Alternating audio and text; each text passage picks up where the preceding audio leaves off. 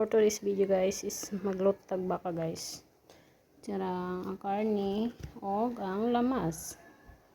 Let's go guys, lutuon na ni guys, pero ako pa ding lapuan.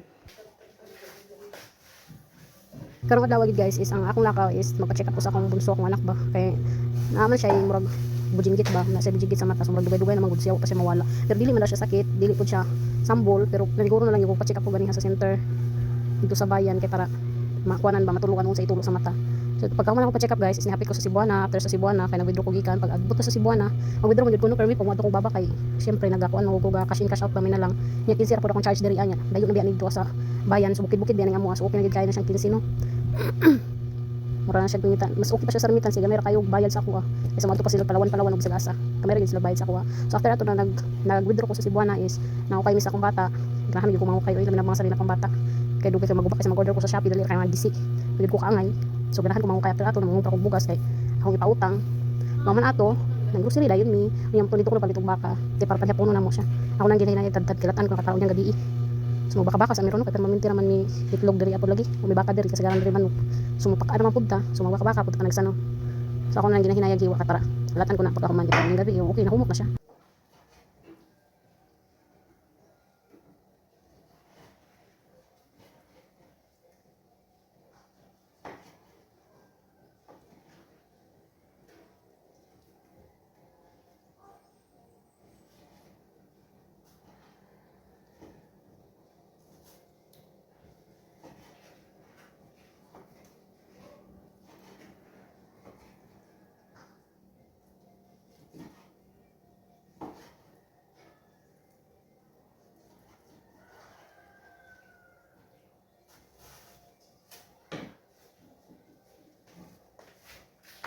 So guys, so